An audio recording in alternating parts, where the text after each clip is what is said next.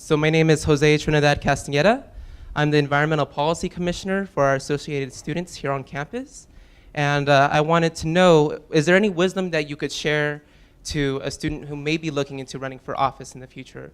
If you could think back when you first ran and won, what were some of the things that you wish you could have known, and what would you like to share from that? Thank you. Right, thank you. That's a great question. There's always a tendency, I think, for anybody to sort of play to their strengths. I was involved in early childhood education, and I was involved in the environment. And this is probably advice from a Democrat. Philip Chen is here. He has run as a Republican, and so it's probably a different dynamic for other parties or ideologies. But I was involved in the environment. I was involved in early childhood education. I had these very sort of narrow paths that I could travel down. I didn't broaden them far enough. One day I was looking at the California Democratic Party's website. They have a list of all the different caucuses. It's like the Latino caucus, African American caucus, API caucus, Labor caucus, Environmental caucus.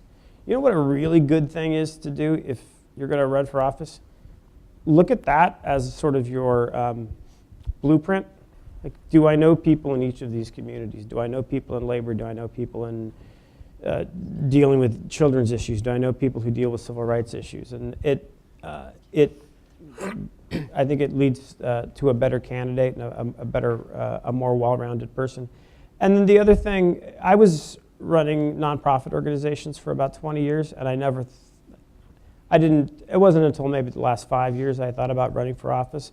But I'd go to networking events because I was an administrator. I thought if I go to this event, I'm going to meet people and they might help me with my nonprofit. I'm going to go to this event, I'm going to meet people and they're going to help me with my nonprofit.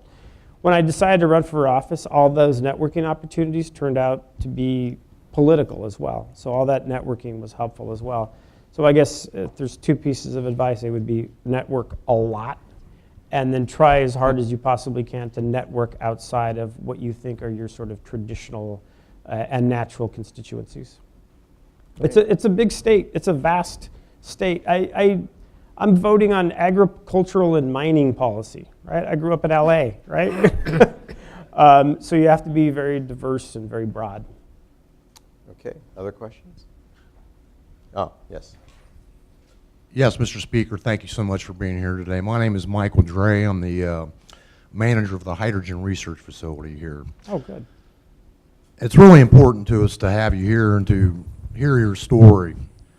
We have a group of our engineering students here today that fight every day to keep this station online, and they truly believe that they're trying to make a better way for the state and the world and the work that they're doing. But it's tough. It's very difficult. It's politically charged. We work with various stakeholders like the Department of Energy, ARB, the automotive manufacturers. It's very tough battle. But my question for you would harken back to your opening comments. You said that you read Plato's Republic, and you read to the point where the question was raised, what is justice? Have you come up with an answer to that question? And if so, how would you encourage our students here on campus to fight for such justice? Thanks. That's a good question. Not difficult at all. I'm still trying to get there. I think to a large extent, I believe that living a just society is one where you're allowed to live with a certain degree of dignity. We're not going to all be rich. We're not going to all be ultimately successful. We're not all going to be as pretty as Rafe Sonnenschein. But if we can live a life where there's a certain modicum of dignity in one's life, where one doesn't have to live on the street, where one doesn't have to beg for their meals at night, for me, that's the path that I'm traveling to try to hone that. I'm trying to hone that definition to find out how close that'll lead us to justice. But keep in mind, in Plato's Republic, he talks about the circle, remember? He says all we have when we think of sort of a circle. It's a circle that we envision in our mind. It's not sort of a perfect circle. So it's our task in life to sort of get as close as we possibly can to the form of justice, to the approximation of justice. So it's a constant journey toward the form or the approximation of justice, and that's an ongoing process. We never arrive there. Professor Parker, I'll bring a microphone over. Hannah? Oh, you have it? Before your question, I just have to ask, does Plato often come up in your discussions within the caucus? Absolutely never. Okay. I was going to advise you that way, but I just wanted to make sure. Okay, yes. Hi, I'm Professor Parker, Assistant Professor Parker in the Department of Political Science, and my class is here too. Hi. Yeah. I don't think my classes would ever cheer for me. I was wondering, what are you most concerned or excited about with regards to the future president who's elected and his or her agenda, and how that might impact California?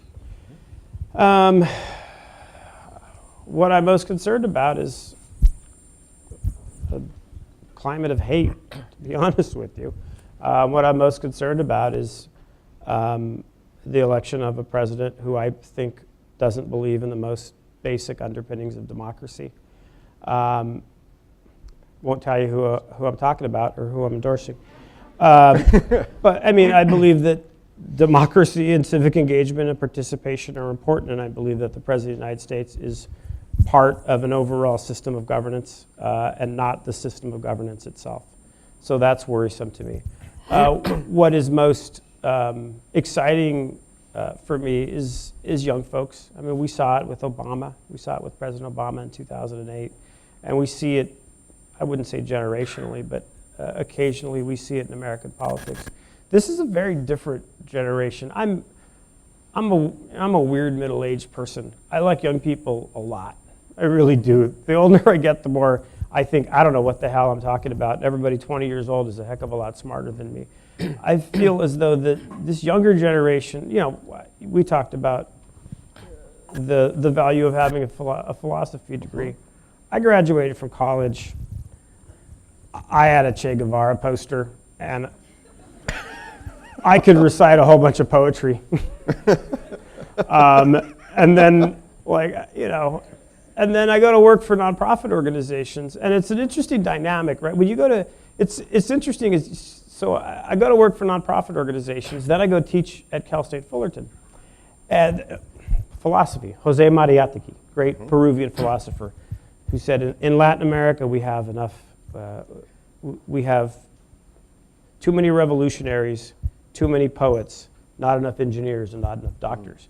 And I found that in the nonprofit sector as well, right? When I started teaching, I was working at an organization called the Mexican American Opportunity Foundation.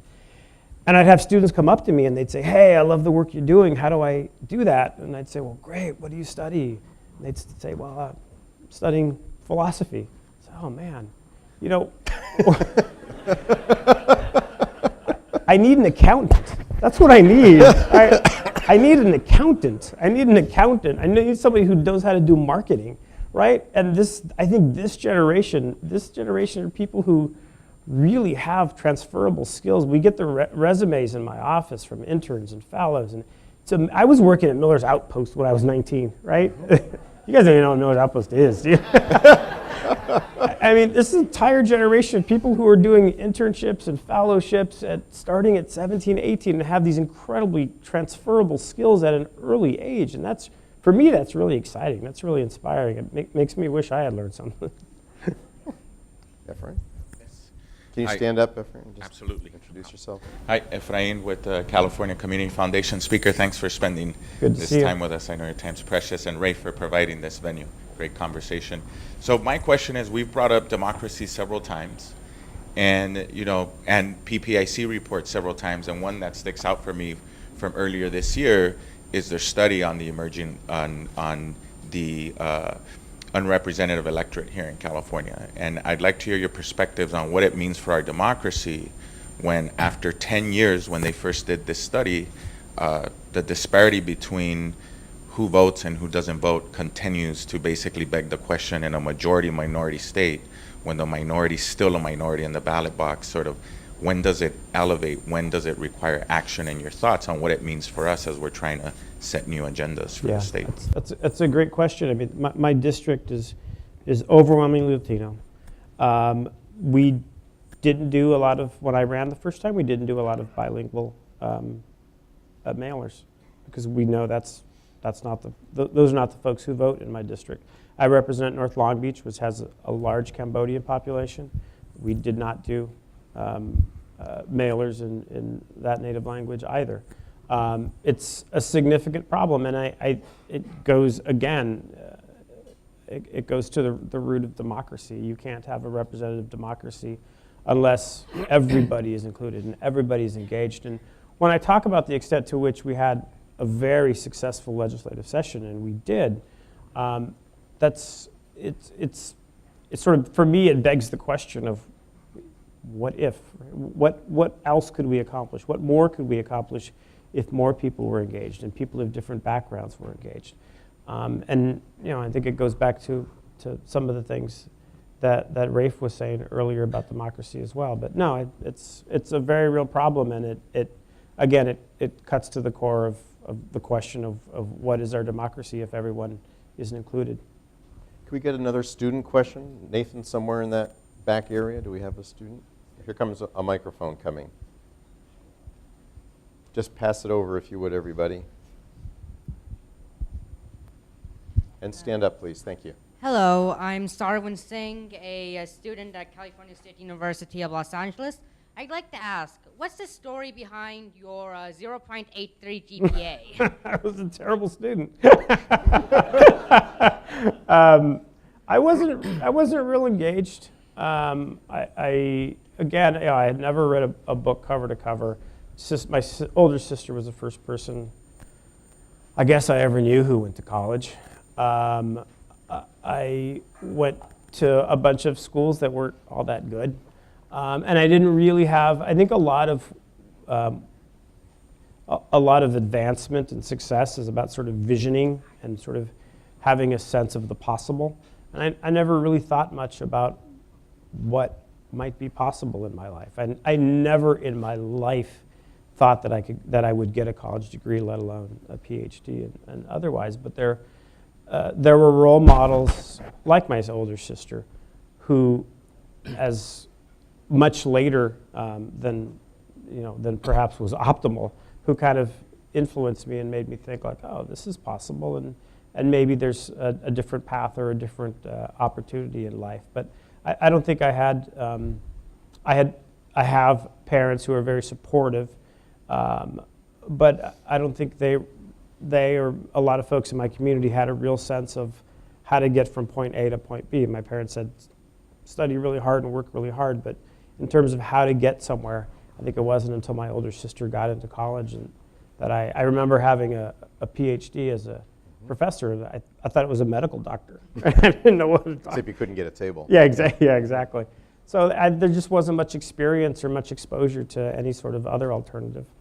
I must say that for those of you in classes with your teachers, there's no greater dream for your teacher than to see that switch or that light go on with you, where you suddenly realize what's possible, and then you have a story like the speaker. Yeah. Hello, I'm Sherry Davis. I'm co-director of the Public Policy Institute at Santa Monica College. Great. And an advocate for education and children. And many of the legislative strategies and legislative successes on your progressive agenda depend on the state budget. And I wonder if you could talk a little bit about the state budget looking forward, and how do we try to maintain a healthy state budget so that we can really follow up these successes with the funding needed for the programs. Sure. Especially that part of the state budget that goes to the Cal State system. May I just add and just a community footnote? colleges. Little itty-bitty footnote. Okay. Thanks for asking. We now have enough revenue. When I was listing our accomplishments earlier, I failed to mention that we increased early childhood education by $500 million, which is a great thing for us to do, and will pay off for us more so in 10, 20 years than it will next year. And I think it's about having that sort of long vision that's really important, and that Ed and I, as part of the 12-year class, we can sort of hone in on. I've always believed there has to be more revenue. I'm one of those progressives. I'm one of those liberals who I have not shied away from taxes. I've been looking at oil extraction taxes since I was the executive director of oil extraction fees since I was the executive director of the California League of Conservation Voters. I'm in favor of re-upping Prop 31, which is now Prop 57. But I really think that it's really about investments. It's really about, you work in early childhood or partially in early childhood education. It's about making those investments now for the future, and you can't do that without additional revenue. Okay, yes, Anita. My name is Anita Quiñones Gabrielian, president of the Board of Trustees for Glendale Community College and on the board of MAOF as well as PBI. So You would have been my boss if I were still there. She's my boss now. Oh, really? I'm glad you're here. I have a follow-up question because I was going to say thank you very much for the increase in early childhood education. You're welcome. It was all me. As well as education in community colleges. Do you feel about the budget process and the budget preparation at the California State Legislature and the Rainy Day Fund? Do you think that there is enough process in place to help us and prevent us from going back to the slash budget years that we experienced not so long ago? I think it's better. I think as the governor, I always talk about how unpredictable the governor is. If there's anything he is predictable about, it's about saying, this isn't going to last forever. The economy's going to go south eventually. He preaches that quite a bit, and he's right. I think the process that we have now is a better process than we've had in the past. I think looking at things like Proposition 57 and ensuring that we have revenue into the future is important. Having a rainy day fund of $8 billion is great. Will it help to insulate us should the economy take a dramatic turn southward? No, it won't. But it'll help to get close. It won't be as bad as things were in the past. I do think we've learned some lessons, particularly from the last recession and some of the cuts by Governor Schwarzenegger. I think the way that we do the budget as the Assembly, I think our we have sort of a workshop approach, and the various budget subcommittees working on each individual issues. This year we dedicated $500 million to early childhood education. We didn't address housing. We asked for $1.2 billion. We started with a $1.2 billion ask for housing. Eventually it went down to $400 million. We ended up getting nothing. So there are obviously places where we need to we need to focus on again. But I think the problem with budgetary politics, with doing a budget in a political setting, is you could probably only get 2 or 3 big asks every year. This year we did early childhood education. The year before that we did water. In sort of a rational, if you were in a household, you probably wouldn't do it that way. I'm going to spend a little money on my car, I'm going to spend a little money on my housing.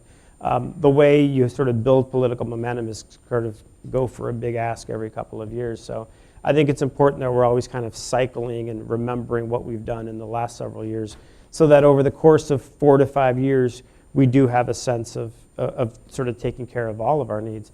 Another thing that I think is really important about our budget process moving forward, Assemblymember McCarty, who represents a part of Sacramento, has talked about doing zero-based budgeting over the course of 5 years, where you can look at 1/5 of the state budget and analyze it in a very detailed way, and then go on to the next part of the budget, So over the course of 5 years, you've sort of analyzed every part of the budget over the entirely. I think those are the types of things that we can do that I think will be helpful moving forward. And also being in office for 12 years, I think also has a big impact as well. I don't know if I mentioned that yet. You did.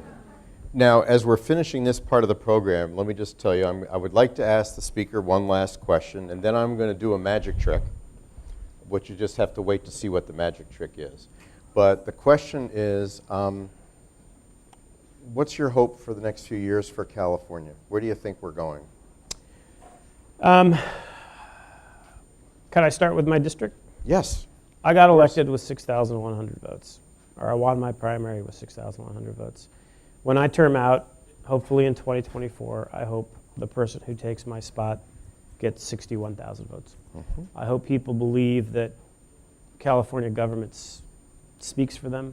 I hope that people feel that California government has had a positive impact on their lives. I hope people feel that California government is working for them and it's something that they want to invest in. In terms of what I want to see for California, I mean, I want to see a California where we sort of live up to what we really want to be. I mean, we know we want to be a state that has world-class higher educational institutions that anybody at any economic level can access. I want to be a state where we don't throw around monikers like tough on crime and end up locking people up for 25 to 30 years when they don't need to be there that long.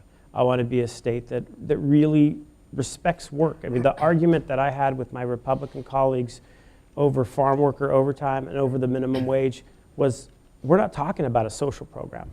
We're not talking about any of these social programs that you don't like. We're talking about work. We're talking about valuing work. So I want people to value the things, whether it's the environment, whether it's education, whether it's work itself. I want California to value those things, and I want us as a government, us as a state, to show how we value those things by prioritizing those things. Thank you. In a moment, I'm going to declare this session closed, but the magic trick I'm going to do, which I've actually never done before, is we're going to make the speaker disappear.